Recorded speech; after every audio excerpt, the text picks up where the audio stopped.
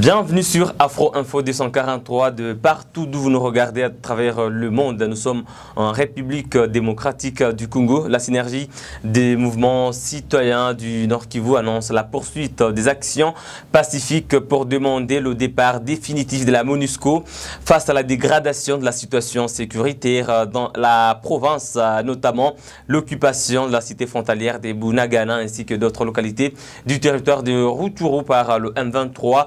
Soutenu par le Rwanda. C'est après l'interdiction par le maire de la ville de Goma de 2 journées ville morte initialement prévues ce jeudi et vendredi pour dénoncer en tout cas l'occupation du M23 et demander le départ de la MONUSCO. Christophe Mouissa, cadre du mouvement citoyen Filimbi au Nord Kivu, affirme que d'autres actions de grandes envergures sont en vue pour exiger le départ de la MONUSCO. Suivez Christophe Mouissa.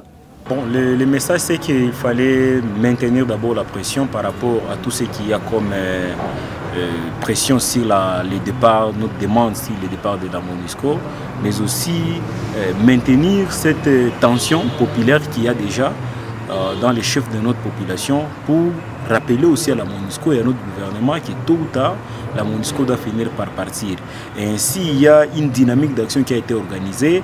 D'une part, les marches pacifiques, les villes mortes, et de l'autre part, sur le plan administratif et aussi législatif, on est en train de voir dans quelle mesure on va récolter des millions de signatures de Congolais qui exigent effectivement le départ de la MONUSCO de notre sol comme des Congolais, mais également pour nous rassurer que nous avons une armée capable de maintenir la paix et la sécurité dans notre pays. Donc, ce sont là les 2 messages que nous avons lancés et aujourd'hui, tant soit peu, la population est en train de comprendre et de prendre conscience qu'ils ont aujourd'hui un interlocuteur direct qui est sa jeunesse à travers le mouvement citoyen et les organisations de jeunes.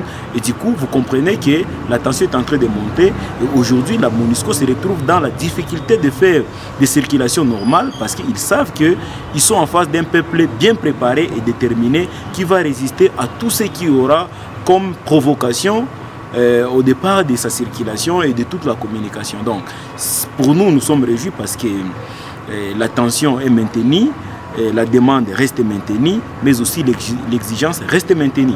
Donc, à notre niveau, nous pensons que la population est en train de comprendre et la MONUSCO en soi, elle est en train de comprendre qu'elle n'est plus la bienvenue dans notre pays et qu'ils doivent emballer leurs bagages et voir dans quelle mesure ils vont partir. Donc, pour nous, le message est clair. Alors vous mettez pression sur la MONUSCO pendant que Bunagana et d'autres localités restent toujours sous contrôle du M23. Est-ce que vous n'avez pas aussi à interpeller le gouvernement ou les FARDC? Oui, bon, vous savez, le Congo est soumis à un accord de siège qui a été signé pour faire appel ou la demande à l'arrivée de la MONUSCO ici. Mais au-delà de tout ça, nous savons que la responsabilité première revient à notre gouvernement, revient à notre armée qui doit être équipée, qui doit être formée pour nous rassurer qu'elle est en train d'assurer la sécurité de toute l'étendue du territoire national, y compris Bunagana, où nous sommes en train de réclamer que les rebelles, ou soit notre gouvernement puisse appuyer et réformer notre armée pour nous débarrasser totalement des terroristes du M23, premièrement, mais aussi de réformer notre armée afin que nous puissions assurer totalement l'intégrité de notre territorial, mais aussi demander au gouvernement congolais de notifier au Conseil de sécurité des Nations Unies que la MONUSCO 22 ans après, elle ne produit plus ses fruits. C'est comme dans un foyer où vous vous êtes marié avec une femme avec l'objectif d'avoir des enfants et du coup lorsqu'il n'y a pas d'enfants, vous avez carrément la possibilité de rompre le mariage, de divorcer. Et nous aujourd'hui on a déjà déclaré le divorce avec la MONUSCO et ça c'est le vœu du peuple, c'est la volonté du peuple et le gouvernement doit se rallier derrière la volonté de notre peuple. Au même moment, le Conseil de sécurité, qui est beaucoup plus donneur de leçons en matière de démocratie et de bonne gouvernance, voilà la voix du peuple qu'il faut adopter et sur laquelle il faut compter en fait de se ranger autour de la volonté de notre population. C'est-à-dire la répartition des responsabilités revient à 3 niveaux. Au Conseil de sécurité des Nations Unies, au gouvernement congolais, mais également à la population congolaise qui doit tirer toutes les conséquences de se protéger, de se choisir les alliés et de réformer son armée. Donc, on ne peut pas accepter de sous-traiter notre sécurité parce que seulement la communauté internationale l'a voulu, parce que seulement c'est le Conseil de sécurité des Nations Unies. Non, les Congolais aujourd'hui se sentent capables d'appuyer leur armée et d'imposer la paix et la sécurité partout où nous avons encore des problèmes, effectivement, des groupes armés, des mouvements rebelles et tout. Mais avec notre armée qui a prouvé de quoi elle est capable dans tous les fronts qu'ils ont livrés.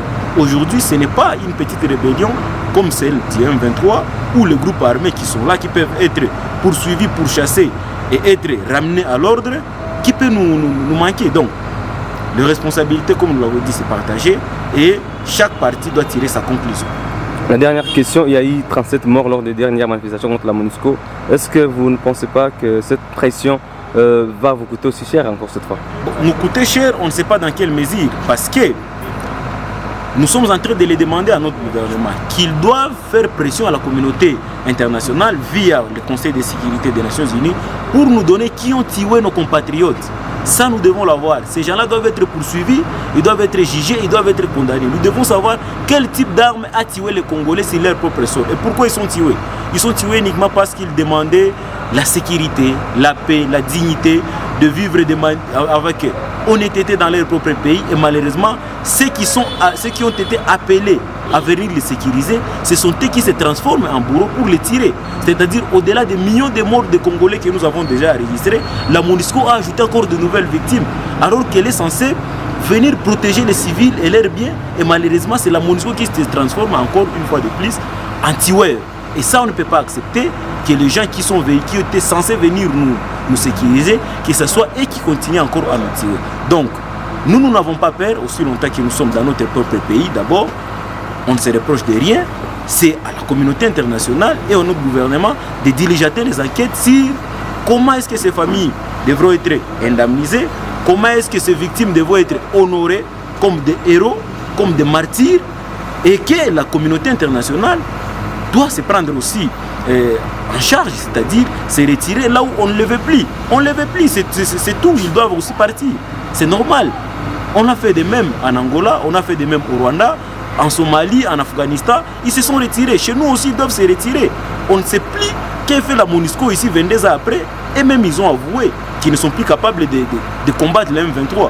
Alors, et même qui avouent, et même qui ont dit que le M23 ne sont pas appuyés par les Rwandais. Alors qu'avec toutes les enquêtes qui ont été menées jusqu'à capturer des militaires rwandais sur le front, ça prouve à suffisance qu'il y a une grande complicité contre le Congo et que nous devons aussi nous prendre en charge, comme tous les autres États, être respectés et agir selon notre propre volonté, selon notre propre force, pour faire valoir nos droits comme État, comme un peuple.